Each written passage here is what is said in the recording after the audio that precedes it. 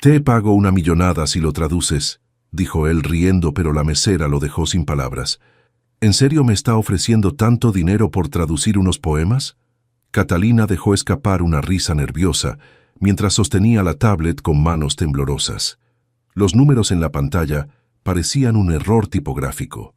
El hombre del traje elegante se inclinó hacia adelante en el asiento de vinilo azul del café, su expresión mezclando desesperación con determinación. Mire, señorita Vega, sé que suena descabellado, pero estos manuscritos, señaló el maletín de cuero que descansaba junto a él, son la clave de la adquisición más importante de mi carrera, y mis traductores habituales han fracasado completamente. Catalina miró alrededor del café nostálgica, donde había trabajado los últimos 3 años. Las mesas de formica blanca, las sillas tapizadas en tonos pastel, la música de tango sonando suavemente de fondo. Todo le recordaba que estaba muy lejos de Caracas, muy lejos de la vida que había planeado. Señor Rivera, yo solo soy mesera aquí. Estudié literatura, sí, pero exactamente por eso la necesito. Sebastián Rivera abrió el maletín y extrajo cuidadosamente una carpeta manila. Cuando usted me ayudó con el menú en francés la semana pasada, noté algo diferente. No solo tradujo las palabras, captó el sentimiento detrás de cada plato. Los dedos de Catalina rozaron la carpeta. El papel era viejo, amarillento, y podía ver a través del acetato protector una caligrafía elegante en tinta azul desvaída. ¿Qué tipo de poemas son? Escritos a mano, probablemente de los años 40 o 50, en español, pero con un registro muy particular. Mi equipo dice que es español venezolano de alguna generación de escritores exiliados, pero no logran captar las sutilezas. El corazón de Catalina se saltó un latido. Venezolano. Como si el universo conspirara para recordarle constantemente quién era y de dónde venía. ¿Puedo verlos? Sebastián asintió y deslizó la carpeta hacia ella. Catalina la abrió con cuidado, como si contuviera cristal. Los primeros versos la golpearon como una ola. En esta tierra extraña donde el viento susurra nombres que no conozco, tu ausencia se vuelve más real que mi propia sombra. Dios mío, murmuró, sin darse cuenta de que había hablado en voz alta. ¿Qué pasa? Sebastián se enderezó.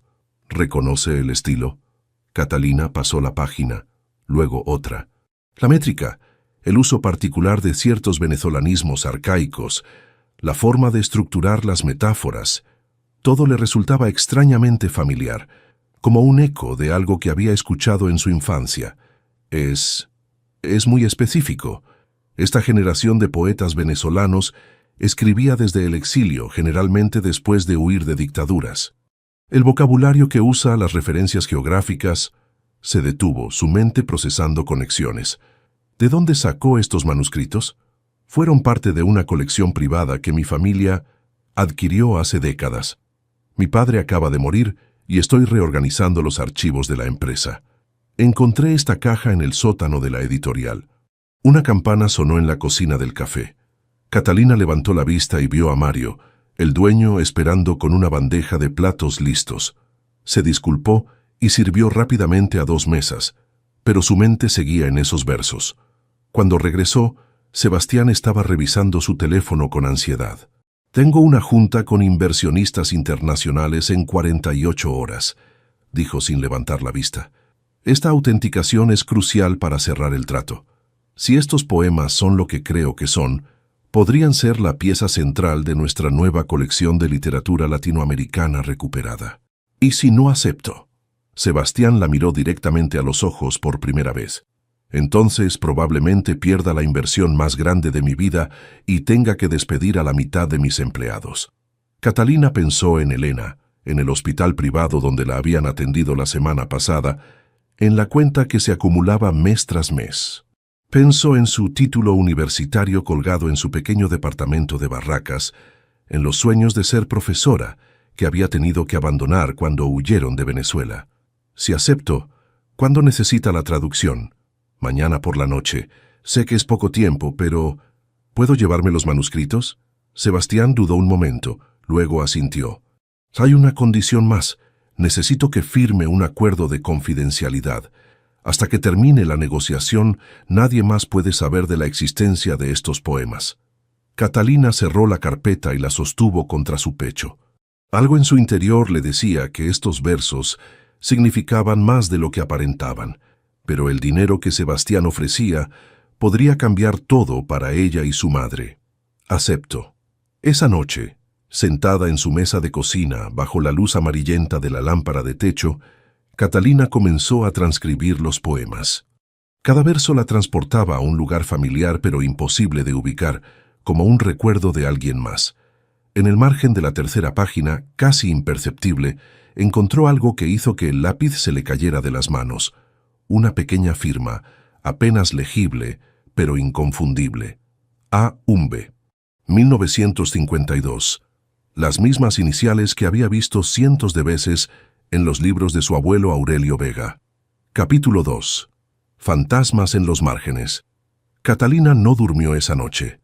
A las 6 de la mañana, después de revisar cada página 3 veces, tenía la certeza. Esos eran los poemas perdidos de su abuelo Aurelio. Se vistió rápidamente y tomó el subte hacia Puerto Madero, donde estaban las oficinas de Editorial Rivera. Durante el viaje, repasó mentalmente todo lo que sabía sobre la historia de su familia. Aurelio Vega había sido profesor de literatura en la Universidad Central de Venezuela hasta 1952, cuando la dictadura de Pérez Jiménez lo obligó a exiliarse. Su abuela le había contado que había perdido sus manuscritos durante la huida, pero nunca imaginó que hubieran llegado a Argentina. El edificio de cristal de la editorial contrastaba con el Buenos Aires histórico que conocía. En el lobby, Catalina tuvo que explicar 3 veces que tenía una cita con el señor Rivera antes de que la secretaria la dejara subir. Llegó temprano, dijo Sebastián cuando ella entró a su oficina. Lucía cansado, como si tampoco hubiera dormido. «Tenemos que hablar». Catalina puso la carpeta sobre el escritorio de madera clara. «Estos poemas no son solo de cualquier poeta venezolano, son de mi abuelo». La expresión de Sebastián cambió de sorpresa a incredulidad. «¿Su abuelo? Eso es... ¿Estás segura?» Catalina abrió la carpeta y señaló las iniciales en el margen. «Aurelio Vega, mi abuelo materno. Estas iniciales están en todos sus libros que conservamos. Además, reconozco su estilo. Mi mamá me leía sus poemas cuando era niña. Pero eso significaría que su familia compró manuscritos robados, sí». Catalina trató de mantener la voz firme, pero por dentro sentía una mezcla de rabia y esperanza. «Mi abuelo huyó de Venezuela en 1952, con mi abuela y mi mamá, que entonces tenía 3 años. Perdieron todo en el camino». Sebastián se levantó y caminó hacia la ventana que daba al Río de la Plata. «Mi abuelo fundó esta editorial en 1950. Era un hombre de negocios muy agresivo. No siempre preguntaba de dónde venían las cosas que compraba». «¿Dónde están los archivos de esa época?» «En el sótano». «Pero Catalina, si usted tiene razón, esto podría arruinar la reputación de mi empresa. Llevamos 70 años publicando bajo el nombre de Rivera». Catalina se acercó al escritorio y puso las manos sobre la superficie. «Señor Rivera, mi mamá está enferma. Necesita cirugía y no tenemos dinero para pagarla. Ayer pensé que usted era la solución a nuestros problemas, pero ahora necesito saber la verdad». Sebastián la miró durante un largo momento. Luego tomó su teléfono interno. «María, cancela mis citas de la mañana y consígueme las llaves del archivo histórico». El sótano de la editorial era un laberinto de estantes metálicos llenos de cajas etiquetadas por décadas. Sebastián encendió las luces fluorescentes y guió a Catalina hacia una sección marcada 1950-1960. «Aquí está todo lo de mi abuelo», dijo, bajando una caja pesada. «Correspondencia, contratos, registros de compra». Catalina abrió la primera carpeta y encontró cartas escritas en papel membretado de Editorial Rivera. Una en particular, fechada en marzo de 1953, le llamó la atención. «Estimado señor Mendoza, confirmo la compra de los manuscritos poéticos del refugiado venezolano por la cantidad acordada. Como discutimos, no hay necesidad de documentar la procedencia original de los textos». «Dios mío», murmuró Sebastián, leyendo por encima del hombro de Catalina. «Mi abuelo sabía exactamente lo que estaba haciendo». Siguieron revisando documentos. Encontraron recibos de pago a intermediarios por materiales literarios de refugiados sudamericanos y copias de cartas donde el abuelo de Sebastián instruía a sus empleados a no hacer preguntas sobre el origen de los manuscritos adquiridos en el puerto. ¿Su abuelo publicó estos poemas?, preguntó Catalina. Sebastián negó con la cabeza. No bajo el nombre original, pero algunos versos aparecieron en antologías que publicamos en los años 60, atribuidos a poetas anónimos del exilio. Una nueva caja reveló algo aún más perturbador: correspondencia entre el abuelo de Sebastián y funcionarios del gobierno argentino de la época, donde se mencionaba explícitamente la adquisición de propiedades intelectuales de refugiados políticos venezolanos y colombianos. Esto no fue un caso aislado, dijo Catalina, sintiendo cómo crecía su indignación. Su abuelo tenía un sistema para robar el trabajo de exiliados. Mi padre nunca me contó nada de esto. Sebastián se sentó en una silla plegable entre las cajas. Siempre habló de la editorial como un negocio familiar honesto. O tal vez sí sabía y decidió no decirle. El teléfono de Sebastián sonó. Era su asistente. Señor Rivera, los inversionistas de Nueva York quieren adelantar la presentación. Preguntan si puede hacer la conferencia telefónica en 2 horas. Sebastián miró a Catalina. ¿Qué hacemos?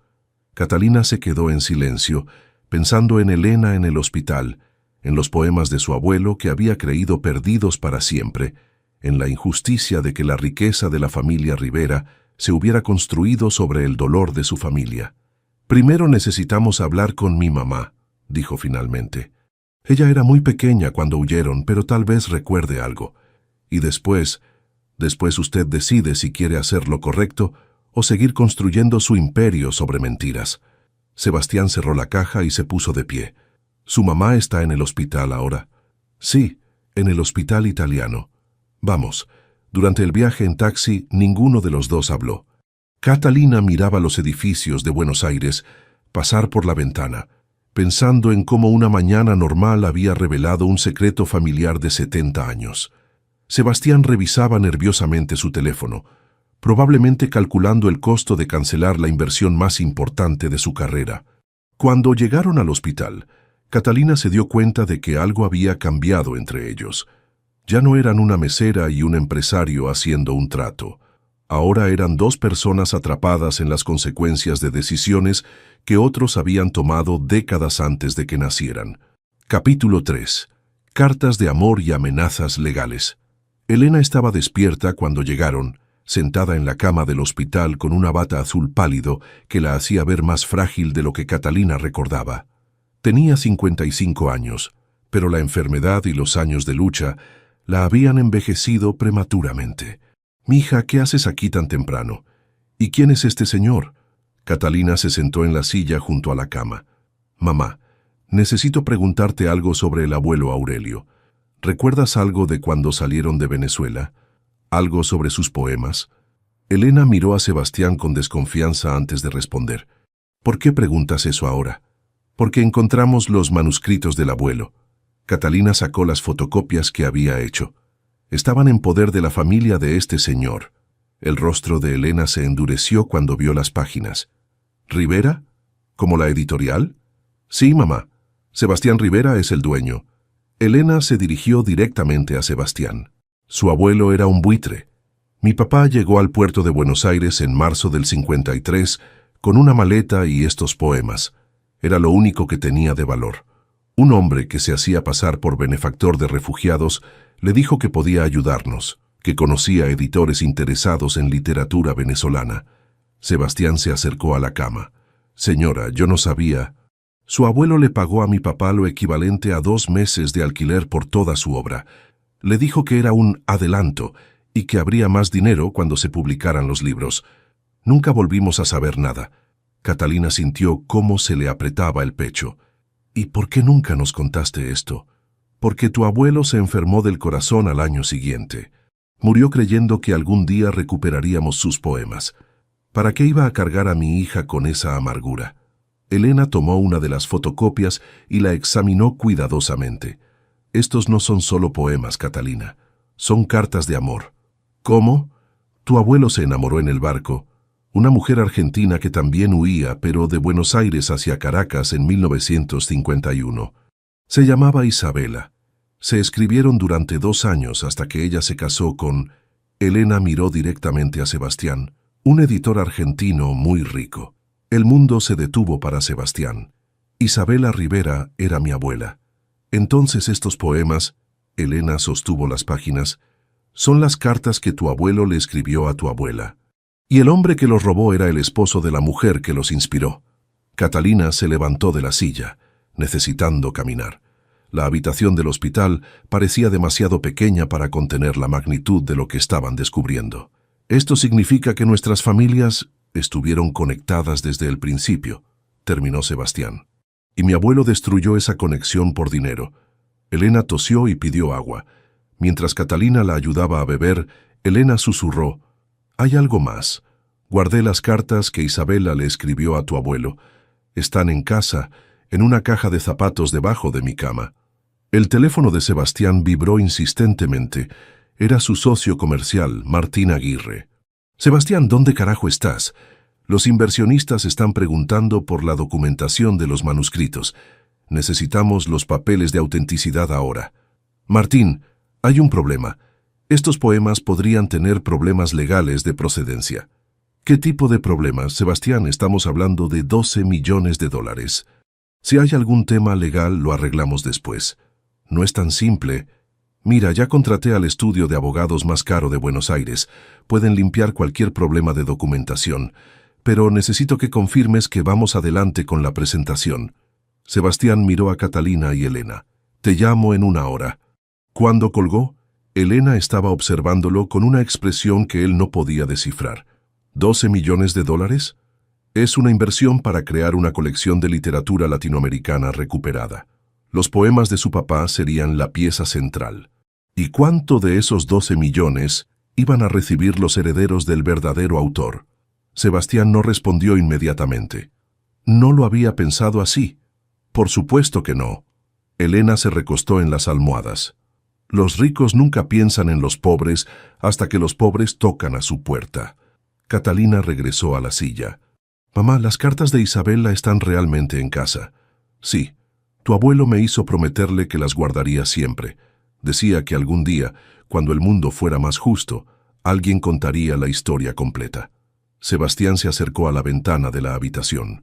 Desde ahí podía ver el tráfico de la ciudad, las vidas de miles de personas que seguían su rutina sin saber que su mundo estaba cambiando. ¿Qué dirían esas cartas? Elena sonrió por primera vez desde que habían llegado, que Isabela nunca dejó de amar a tu abuelo, que se casó por conveniencia familiar, pero que siguió escribiéndole hasta 1954, y que cuando descubrió que su esposo había comprado los poemas de Aurelio, trató de devolvérselos. ¿Intentó devolvérselos? Sí, pero tu abuelo murió antes de que pudiera hacerlo. Y después, Isabela tuvo miedo de que su esposo descubriera que había estado en contacto con Aurelio todos esos años. El teléfono de Sebastián volvió a sonar. Esta vez era un número de Nueva York. «Señor Rivera, habla James Mitchell de Morrison Investment Group. Entendemos que hay algún retraso con la documentación. ¿Podríamos hablar sobre los plazos?» Sebastián sintió el peso de decisiones que afectarían no solo su futuro económico, sino el de todas las personas involucradas en la empresa. «Señor Mitchell, necesito 24 horas más». «Señor Rivera, tenemos otros proyectos esperando. Si no puede garantizar la legitimidad de estos activos, tendrán toda la documentación mañana, se lo prometo». Cuando colgó, Catalina y Elena lo estaban mirando. «¿Qué va a hacer?», preguntó Catalina. «Primero vamos a leer esas cartas y después voy a decidir si mi empresa vale más que hacer lo correcto». Esa tarde, en el pequeño departamento de Catalina en Barracas, los tres se sentaron alrededor de la mesa de la cocina mientras Elena abría cuidadosamente una caja de zapatos decolorada.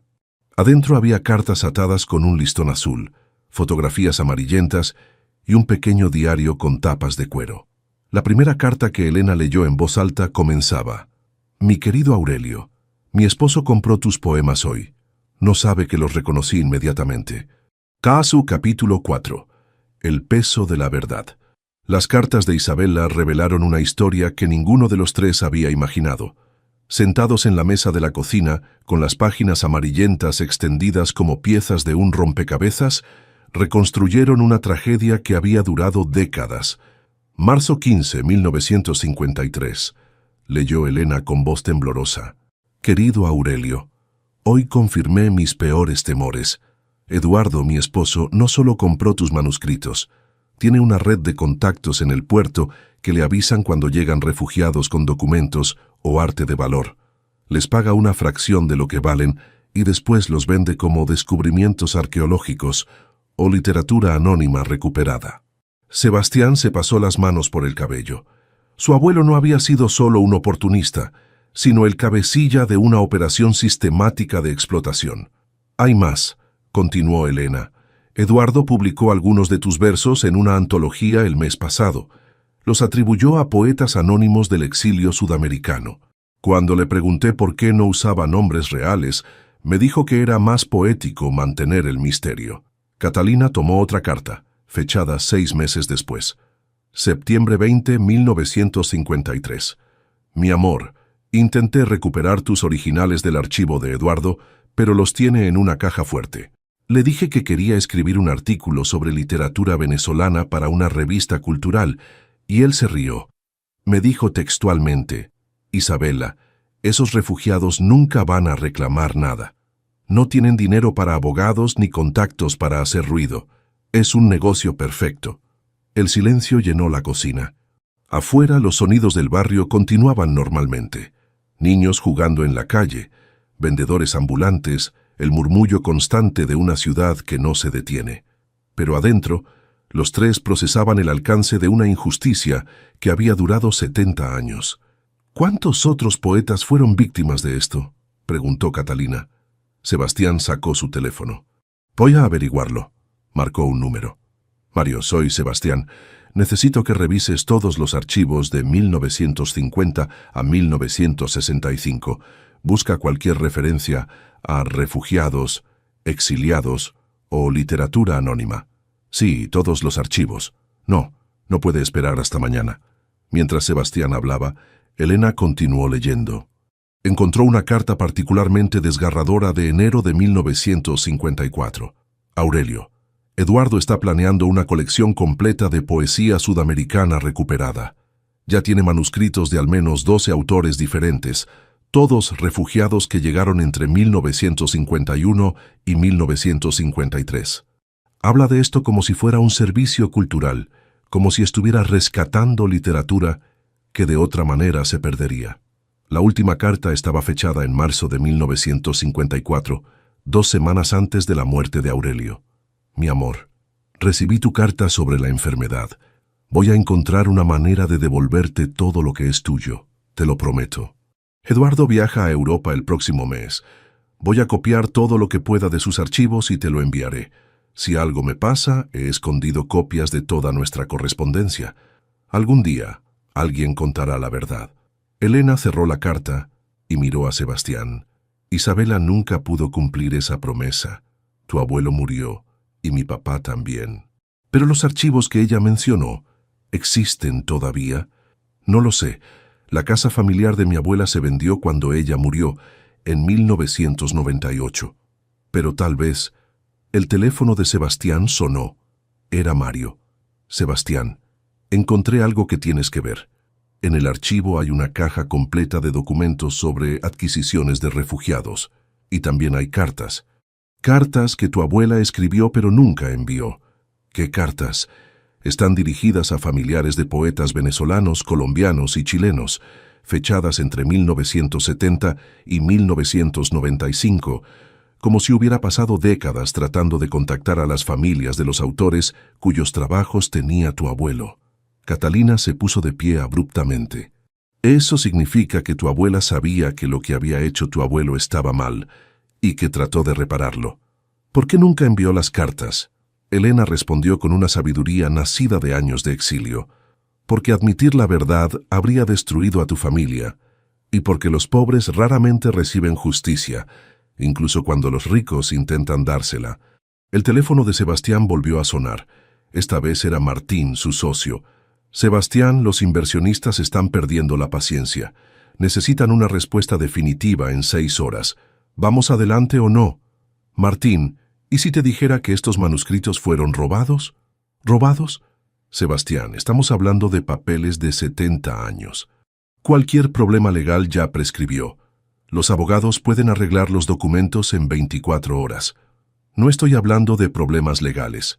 Estoy hablando de hacer lo correcto. Lo correcto es salvaguardar los empleos de 40 personas que trabajan en nuestra empresa. Lo correcto es no tirar a la basura la oportunidad de nuestra vida por un ataque de conciencia. Sebastián miró a Catalina y Elena. En los ojos de Catalina vio no solo esperanza, sino una determinación que le recordó a la que había visto en los poemas de su abuelo. Dame hasta mañana, Martín. Sebastián, si no confirmas hoy, voy a tener que considerar otras opciones. Tengo responsabilidades con los otros socios. Cuando colgó, Sebastián se sentó pesadamente en la silla. Mi socio tiene razón en algo. Si no acepto esta inversión, voy a tener que despedir gente. Y si admito públicamente que mi empresa se fundó con manuscritos robados, ¿qué pasa? Podríamos enfrentar demandas de otras familias. Si esto se hace público, aparecerán descendientes de todos los poetas que mi abuelo estafó. Catalina se acercó a la ventana. El sol comenzaba a ponerse sobre Buenos Aires, tiñendo el cielo de naranja y rosa. Pensó en Elena en el hospital, en las cuentas médicas que seguían llegando, en los sueños que había tenido que abandonar cuando salieron de Venezuela. ¿Sabes qué es lo más cruel de todo esto?, dijo sin darse vuelta, que mi abuelo murió creyendo que había fracasado como poeta, que sus palabras se habían perdido para siempre. Nunca supo que alguien las había considerado lo suficientemente valiosas como para robarlas. Elena se levantó de la mesa y se acercó a su hija. «Mija, el dinero del señor Rivera podría resolver nuestros problemas. Pero, ¿a qué costo? ¿Qué quieres decir? Tu abuelo no escribía para volverse rico. Escribía porque creía que las palabras podían cambiar el mundo. ¿Tú crees que él habría querido que usáramos su trabajo para enriquecernos en silencio?» Sebastián observó la interacción entre madre e hija. Vio en ellas algo que el dinero no había podido comprarle a su familia, una integridad que sobrevivía incluso en la pobreza. ¿Qué proponen que hagamos? Catalina se dio vuelta hacia él. Que le demos a la historia el final que se merece, que hagamos lo que tu abuela quiso hacer pero nunca pudo. ¿Y mi empresa? Esa decisión es tuya, pero tienes que vivirla el resto de tu vida. Esa noche, después de que Sebastián se fuera, Catalina se quedó despierta leyendo y releyendo las cartas. Cada palabra le revelaba no solo la historia de un amor perdido, sino la de una injusticia sistemática que había afectado a decenas de familias. En algún momento de la madrugada, tomó una decisión que cambiaría todo. Capítulo 5. El precio de la justicia. A las 7 de la mañana, Catalina llamó a la Universidad de Buenos Aires. Después de ser transferida 3 veces, logró hablar con la doctora Carmen Mendoza, especialista en literatura latinoamericana y derechos de autor. Doctora, necesito consultar sobre un caso de apropiación intelectual que data de los años 50. ¿Tiene documentación? Tengo los manuscritos originales, correspondencia familiar y registros de la editorial que los adquirió ilegalmente. Hubo una pausa al otro lado de la línea. Señorita Vega, si lo que me dice es cierto, esto podría ser un caso importante para el estudio de la explotación de refugiados durante esa época. ¿Puede venir esta mañana? Mientras tanto, Sebastián estaba en su oficina enfrentando la presión más intensa de su carrera. Martín había llegado temprano con 2 abogados y un contador. «Sebastián, los números son claros», dijo Martín desplegando documentos sobre el escritorio. «Si perdemos esta inversión, tendremos que cerrar la sucursal de Córdoba y despedir a 15 empleados. ¿Realmente vas a sacrificar empleos reales por culpas heredadas?» Uno de los abogados, un hombre mayor con traje gris, se inclinó hacia adelante. «Señor Rivera, desde el punto de vista legal, cualquier reclamo sobre esos manuscritos ya prescribió. Han pasado 70 años. Además, su abuelo los adquirió mediante transacciones documentadas». ¿Transacciones documentadas? Sebastián sintió crecer su irritación. ¿Le parece ética una transacción donde se aprovecha de la desesperación de refugiados políticos? Lo ético y lo legal son cosas diferentes, respondió el abogado.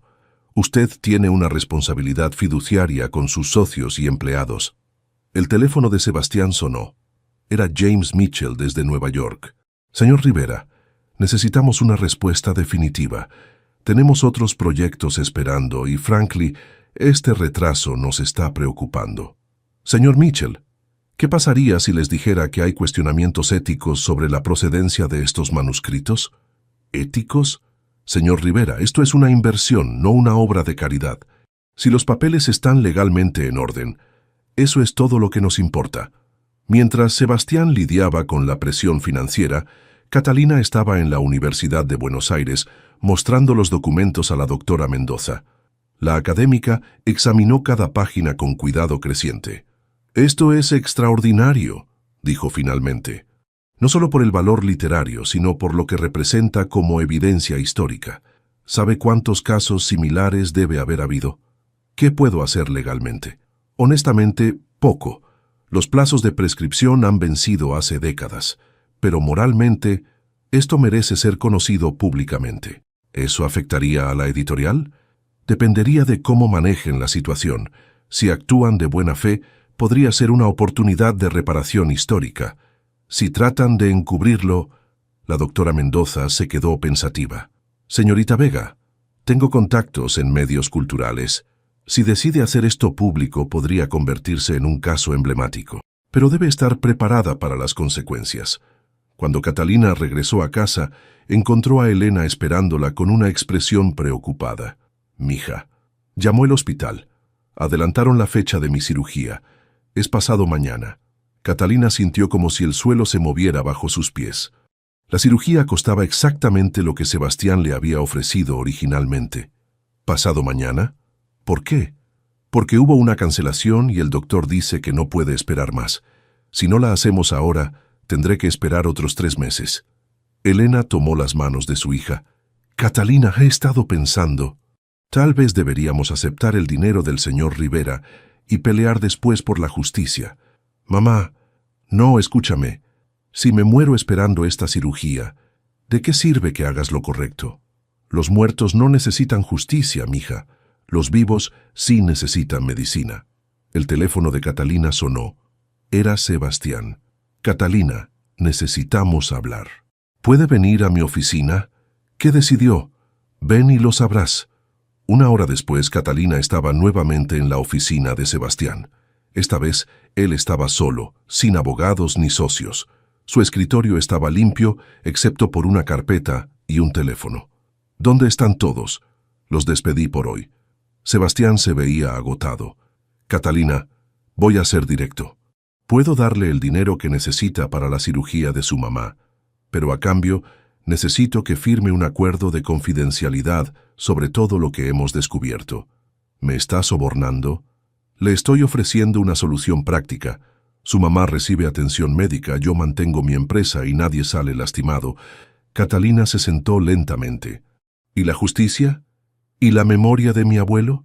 Su abuelo está muerto, Catalina. Su mamá está viva. ¿Qué es más importante?» Las palabras de Sebastián la golpearon como una bofetada. Pero más que la crueldad de la elección, le dolió darse cuenta de que él tenía razón en algo. Ella no podía salvar el pasado a costa del presente. «¿Cuánto tiempo tengo para decidir?» «Hasta mañana a las 5 de la tarde. Después de eso, confirmo la inversión con o sin su silencio».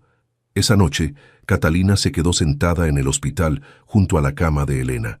Su madre dormía profundamente después de los estudios preoperatorios, y las máquinas marcaban un ritmo constante que parecía contar los segundos hacia una decisión imposible. En su teléfono tenía el número de la doctora Mendoza. Una llamada podría convertir su historia en un caso público, tal vez ayudar a otras familias, tal vez cambiar cómo la sociedad veía la explotación de refugiados, pero esa misma llamada podría costarle la vida de su madre. A las 3 de la mañana, mientras Elena seguía durmiendo, Catalina tomó una decisión. Escribió un mensaje de texto a Sebastián. «Acepto sus condiciones, pero quiero el doble del dinero original, y quiero que publique los poemas bajo el nombre real de mi abuelo». La respuesta llegó 5 minutos después. Hecho, los papeles estarán listos mañana. Catalina apagó el teléfono y puso su cabeza entre las manos. Había elegido el presente sobre el pasado, la pragmática sobre la justicia. Se dijo a sí misma que era lo que su abuelo habría querido, que salvara a su hija antes que su memoria. Pero en el fondo, sabía que acababa de traicionar todo aquello por lo que Aurelio Vega había luchado. Lo que no sabía era que en su casa, Elena había encontrado una última caja que había olvidado mencionar, una caja que contenía el diario personal de Isabela Rivera, con fechas que llegaban hasta 1998. Un diario que cambiaría todo lo que creían saber sobre la historia, y que Sebastián, incapaz de dormir en su departamento de Puerto Madero, había pasado la noche leyendo cada documento de los archivos familiares, descubriendo la verdad completa sobre lo que su abuela había tratado de hacer en los últimos años de su vida. La mañana traería revelaciones que harían que todos los acuerdos de la noche anterior parecieran insignificantes. Capítulo 6. La verdad. Heredada. Elena despertó temprano y llamó a Catalina al hospital a las 6 de la mañana. «Mija, encontré algo más. Ven a casa antes de que hagas cualquier cosa con el señor Rivera». Catalina llegó al departamento y encontró a su madre sentada en la mesa de la cocina con una caja de madera que no había visto antes. ¿De dónde salió eso? Estaba en el armario del cuarto, detrás de la ropa de invierno. La había olvidado completamente. Es del señor Rivera, el viejo señor Rivera. Dentro de la caja había un sobre grande dirigido a señora Elena Vega, Buenos Aires, con letra temblorosa. El matasellos mostraba la fecha, noviembre 15, 1998. Llegó una semana después de que muriera Isabela Rivera, explicó Elena. En ese momento yo estaba tan concentrada en criarte sola que lo guardé sin abrirlo. Después se me olvidó. Catalina abrió el sobre con cuidado. Adentro había una carta escrita a mano y otro sobre más pequeño lacrado. La carta comenzaba: «Estimada Elena, no nos conocemos, pero fui esposa de Eduardo Rivera y amiga de su padre, Aurelio Vega. Durante 45 años he cargado con una culpa que espero poder reparar antes de morir». Catalina siguió leyendo en voz alta. «Después de la muerte de Aurelio en 1954, pasé décadas tratando de encontrar a su familia. Contraté detectives privados, puse anuncios en periódicos venezolanos, incluso viajé 2 veces a Caracas buscándolas. Eduardo murió en 1980 sin saber lo que yo había hecho. En 1985, finalmente las localicé en Buenos Aires, pero cuando fui a su dirección, las vi a través de la ventana, usted trabajando en la mesa de la cocina, mientras Catalina hacía la tarea. Se veían contentas, en paz, y yo era una mujer de 60 años, llevando el peso de los crímenes de mi esposo. Tomé la decisión cobarde de no tocar su puerta. En lugar de eso, durante los últimos 13 años he estado usando mis recursos para ayudarlas de manera anónima. La beca universitaria de Catalina, los descuentos misteriosos en su alquiler, las oportunidades de trabajo que aparecían justo cuando las necesitaban, fui yo. Ahora estoy muriendo de cáncer y mi nieto Sebastián va a heredar la editorial. Él es un buen hombre, pero no sabe la verdad sobre cómo se fundó la empresa. En el sobre lacrado encontrará toda la documentación necesaria para reclamar no solo los derechos de los poemas de Aurelio, sino también las regalías que deberían haber recibido durante estos 45 años. También hay información sobre otros 11 poetas cuyos trabajos fueron adquiridos de la misma manera entre 1951 y 1964. Sus familias merecen saber la verdad. Por favor, perdonen a una mujer vieja que tardó demasiado en encontrar el valor para hacer lo correcto. Isabela Rivera, 1998. Elena tenía lágrimas en los ojos. Catalina. Isabela estuvo cuidándonos toda la vida. Catalina abrió el sobre lacrado. Adentro había documentos legales, copias de contratos originales y una lista detallada de todas las publicaciones donde habían aparecido fragmentos de los poemas de Aurelio, con cálculos de regalías que sumaban una cantidad considerable. También había una carta dirigida específicamente a Sebastián Rivera, para abrir solo después de mi muerte. Mi querido nieto, Si estás leyendo esto, significa que las familias afectadas por las acciones de tu abuelo han encontrado el valor que a mí me faltó en vida. La editorial que vas a heredar se construyó sobre el sufrimiento de refugiados políticos. Tú no eres responsable de esos crímenes, pero sí eres responsable de lo que hagas con esta información. En mi caja de seguridad del Banco Nación, clave 7429, encontrarás copias de todos los documentos originales y un fondo que he estado acumulando durante años para reparar estos daños. Úsalo sabiamente. Te amo, pero amo más la justicia. Tu abuela Isabela. El teléfono de Catalina sonó. Era Sebastián. Catalina, ¿podemos encontrarnos? Encontré algo en las cosas de mi abuela que cambia todo. Nosotras también. Venga a casa de mamá. Una hora después, Sebastián estaba sentado en la misma mesa donde habían descubierto las primeras cartas. Esta vez trajo consigo una carpeta llena de documentos y una expresión de alguien que no había dormido. Mi abuela mantuvo un diario hasta el día de su muerte, dijo. Durante décadas planificó cómo reparar lo que había hecho mi abuelo, pero nunca encontró el valor para hacerlo mientras estaba viva. Catalina le mostró la carta que habían encontrado. Parece que sí lo hizo, a su manera. Sebastián leyó la carta de Isabela en silencio. Cuando terminó, se quedó mirando las páginas durante un largo momento. ¿Se dan cuenta de lo que esto significa? Mi abuela las estuvo ayudando económicamente durante años. La beca de Catalina, los trabajos que conseguía. Todo estaba conectado, terminó Elena. Y hay más. Sebastián abrió su carpeta. Fui al banco esta mañana. Mi abuela dejó suficiente dinero para cubrir no solo las reparaciones a su familia, sino para contactar a los descendientes de los otros 11 poetas. Quería que convertiremos esto en un programa permanente de reparaciones históricas.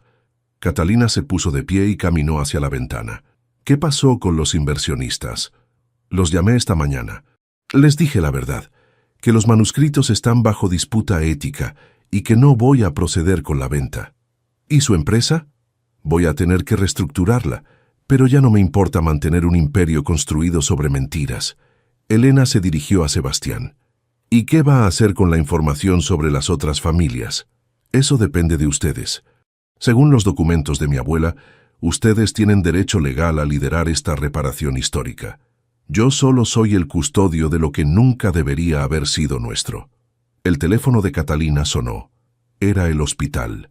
Señorita Vega, necesitamos confirmar si va a proceder con la cirugía de su madre mañana. Tenemos que hacer el depósito de garantía hoy.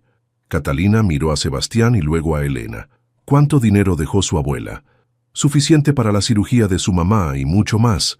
Pero Catalina, esto no es caridad, es restitución. Es lo que debería haber sido suyo desde el principio. Catalina se sentó nuevamente en la mesa. ¿Sabe qué es lo más extraño de todo esto?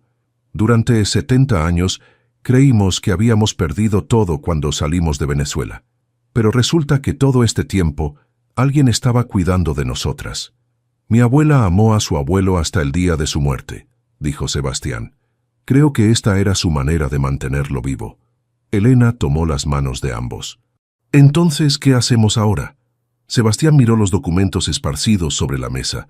70 años de secretos, mentiras y finalmente la posibilidad de justicia. Hacemos lo que mi abuela no pudo hacer en vida.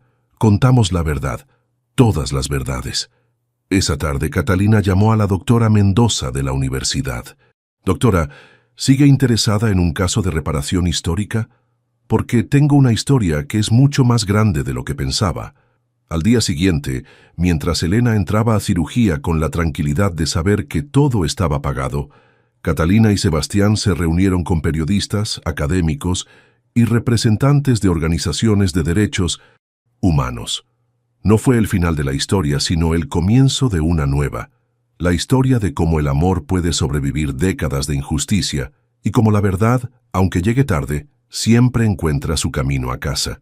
Pero eso sería una historia para contarse en los años venideros, cuando otros descendientes de poetas robados comenzaran a recibir llamadas telefónicas que cambiarían sus vidas para siempre. Epílogo 2 años después. El aula magna de la Universidad de Buenos Aires estaba llena hasta la última butaca. Catalina ajustó el micrófono y miró al público que había venido a escuchar la defensa de su tesis doctoral. Apropiación cultural y reparación histórica. El caso de los poetas del exilio sudamericano, 1950-1970. En la primera fila estaban Elena, completamente recuperada de su cirugía, y trabajando nuevamente como profesora en un programa de extensión universitaria para inmigrantes venezolanos, y Sebastián, quien había transformado Editorial Rivera en una empresa especializada en recuperar y publicar obras de autores desplazados. Los procesos de reparación histórica, comenzó Catalina, no se tratan únicamente de compensación económica, sino de restaurar la dignidad y el reconocimiento que les fue negado a las víctimas de injusticias sistemáticas. Durante los últimos 2 años, el programa Isabela Rivera de Reparación Literaria había contactado a descendientes de 14 poetas cuyos trabajos habían sido apropiados entre 1950 y 1965. No todos los casos tuvieron finales felices. Algunas familias habían desaparecido completamente. Otros descendientes rechazaron cualquier asociación con Editorial Rivera, y los procesos legales habían sido largos y complicados, pero las victorias habían sido significativas.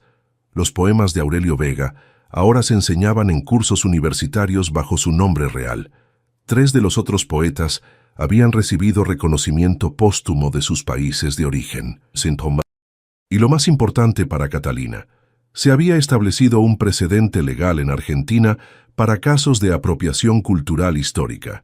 El caso que hemos documentado, continuó, demuestra que la justicia, aunque tardía, puede servir como herramienta de sanación no solo para las víctimas directas, sino para las generaciones que heredan el trauma del despojo cultural. En la audiencia, Catalina vio rostros familiares. La doctora Mendoza, quien había dirigido su investigación, periodistas que habían cubierto la historia, representantes de organizaciones de refugiados venezolanos. También estaba Mario, el dueño del Café Nostálgica, donde todo había comenzado y donde ahora se exhibía una placa conmemorativa dedicada a Aurelio Vega. Pero los cambios no habían sido fáciles para ninguno. Sebastián había tenido que despedir a varios empleados durante la reestructuración de su empresa, y algunos de sus antiguos socios habían iniciado demandas por pérdida de oportunidades comerciales. Elena, aunque físicamente recuperada, había tenido que procesar décadas de secretos familiares que no conocía. Y Catalina había abandonado un trabajo estable para dedicarse a una investigación académica incierta. Las reparaciones históricas, explicó Catalina, requieren que las generaciones actuales asuman responsabilidades por injusticias que no cometieron, pero de las cuales se beneficiaron. Este proceso es inherentemente incómodo y costoso, pero es la única manera de romper ciclos de impunidad que se perpetúan a través de décadas. Durante el periodo de preguntas, un estudiante de Derecho levantó la mano. Señorita Vega, ¿considera que este caso puede aplicarse a otras situaciones de apropiación cultural en América Latina? Absolutamente. De hecho, hemos identificado patrones similares en otros países que recibieron refugiados políticos durante el siglo XX. Chile, México, Colombia. Todos tuvieron casos documentados de explotación de patrimonio cultural de exiliados. Otro estudiante preguntó, ¿qué pasó con las otras familias que fueron contactadas? Catalina sintió una punzada de tristeza al recordar las familias que no habían podido localizar o que habían rechazado participar en el programa.